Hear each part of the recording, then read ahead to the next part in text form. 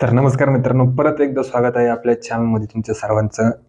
आत्ता आजची आणि महत्त्वाची म्हणता येईल अशी ठळक बातमी म्हणजे सरकारने एक नवीन कन्सेप्ट लॉन्च केली ती म्हणजे ई-चलन.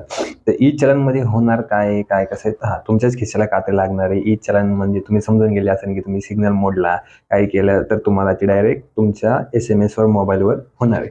तर ई-चलन म्हणून एक पुरवणी मोठी आहे, चांगलं मोठं 7-8 पॉइंट आहेत. त्यामुळे असे पानच घेऊन आलोय.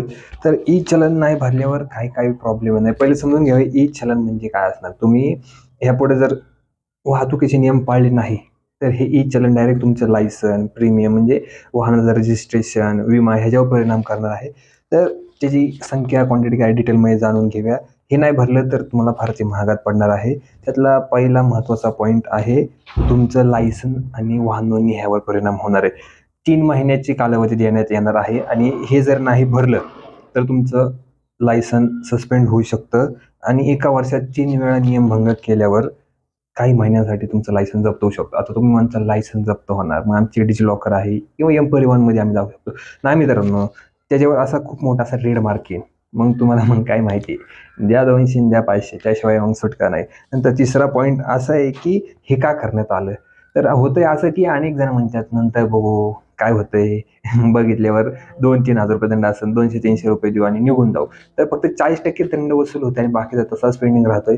आता हे कोणी आणि का कोणी डोकं लावले ते माहिती आहे. फक्त गरीब जनतेकडनं हा दंड वसूल करायचा आणि मोठमोठ्या अधिकाऱ्यांकडनं स्वतःच्या वाहनावर काळ्या प्लेटा असून द्या. मग पोलीस खाजगी वाहनांवर सुद्धा पोलीस लिहितात. ते अलाउड नाहीये, तुम्हाला तर माहिती असेल.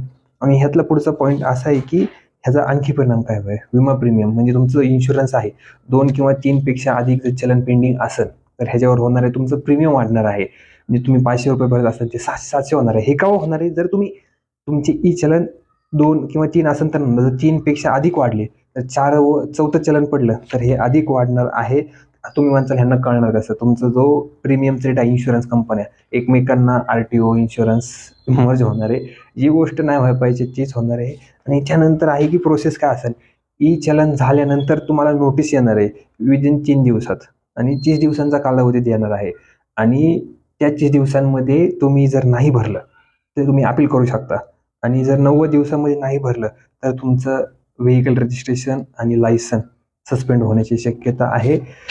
काय करायचं ह्यासाठी? सगळ्यात सोपं आहे.